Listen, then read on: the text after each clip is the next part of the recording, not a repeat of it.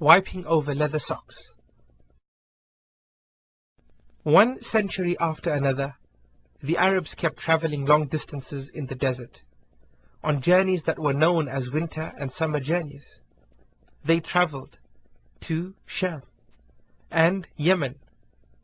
During these journeys, they used to wear al-khuf, as well as normal socks, which they used to also wear when residing in any place.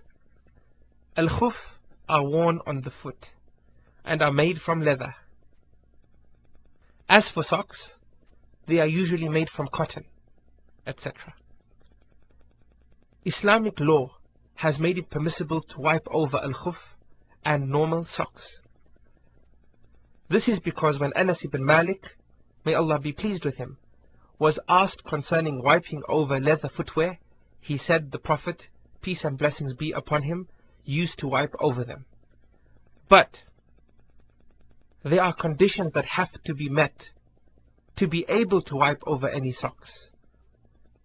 One condition is that both should be put on after being in a state of purity. Al-Mughira, may Allah be pleased with him, said, I was with the Prophet, peace and blessings be upon him, on a journey. Then I intended to remove his khufs, meaning during his ablution. And he, peace and blessings be upon him, said, leave them both, because I put them on in a state of purity, meaning after performing wudu. Then he wiped over them. Another condition is that the khuf and socks must cover both the feet and the ankles, and they also must be made from pure materials. Also, both should be made from permissible material and not from anything forbidden, such as silk for men. Another condition for wiping over socks or footwear is that it is only allowed for purifying from al-hadath al-asghar, which means the lesser ritual impurity, but not from al-hadath al-akbar, which refers to the greater ritual impurity. As Safwan ibn Assal said, the Prophet, peace and blessings be upon him, used to order us when we were traveling to wipe over our khufs and not take them off for 3 nights in the event of defecating or urinating or sleeping, except when we had discharge due to a wet dream or sexual intercourse. These conditions depend on a prescribed time limit for wiping, a day and its night for a non-traveler, and 3 days and nights for a traveler.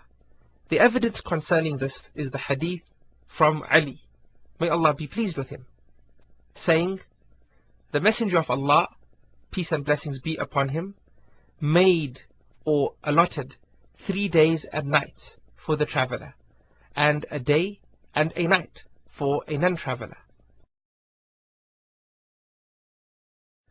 The period in which we are allowed to wipe over the socks starts from the first wipe after one's wudu is invalidated. So when a person puts on socks while being in a state of purity, and thereafter he becomes impure by defecating, for example, he may wipe over the socks when performing wudu. This would be considered the first time he wiped after putting on the socks. From this time, the period of a day and a night, or 24 hours, should be counted. The upper part of the socks and or footwear is wiped over with wet hands, from the toes to the base of the shins in one wipe, the left and the right foot at the same time. The right hand wipes the right foot and the left hand wipes the left foot. One has to also avoid wiping the bottom of the feet and ankles, as Ali, may Allah be pleased with him, said, if the religion was based on reasoning, then the bottom of the foot would be more worthy to be wiped over than the top. However, I saw the Prophet, peace and blessings be upon him, wipe over the upper part of his khufs. And once the socks or one of them are removed, the person cannot wipe over them again.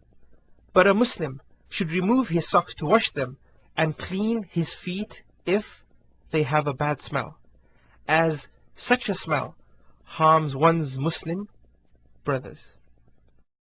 Wiping over casts, bandages and band-aids. What Islam legislated for al-khuf and socks is also legislated for casts, bandages and band-aids. Casts are used to hold broken limbs in place and are made from gypsum and also sticks for splints or similar materials. Bandages are used to cover wounds, burns, etc. They are made from fabric or the like and are used for medical purposes. Band-aids are used to cover burns, cuts and wounds for medical reasons and are generally adhesive. It is permissible to wipe over all of these. The proof of this is in the hadith of Jabir, may Allah be pleased with him, who said, "We went on an expedition, during which one of us was wounded on his head by a stone. Afterwards this person had a wet dream and asked his companions, 'Do you find any concession or rukhsah for me to perform a tayammum, that is, instead of taking a complete bath, since I have a head injury?' They replied, 'You are not permitted to perform tayammum because you are capable of using water.' He then took a bath and died. When we met the Prophet, peace and blessings be upon him, the matter was reported to him, and he said, 'They killed him. May Allah kill them. Why did they not ask when they were ignorant? For the cure of ignorance is asking questions.' It was enough for him to perform tayammum or bind a bandage over the wound. The narrator, Musa, was doubtful. Then he should have wiped over this and bathed the rest of his body.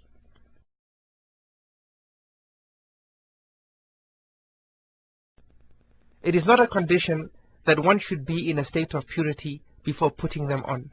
Neither is there a prescribed time limit for wiping over them. As long as there is a need for them to be worn, it is permissible to wipe over them. The cast, splint, or bandage must not transcend the place that needs care. But one should not wipe the parts of the body that are not covered by a cast. He must wash them. If one who is performing purification reaches the limb which is covered with any of these coverings, he should wash what is around them and wipe all the sides of the covering. But if some of the cast or bandage covers a part of the body that is not usually washed in order to become in a state of purity, the person does not need to wipe over it.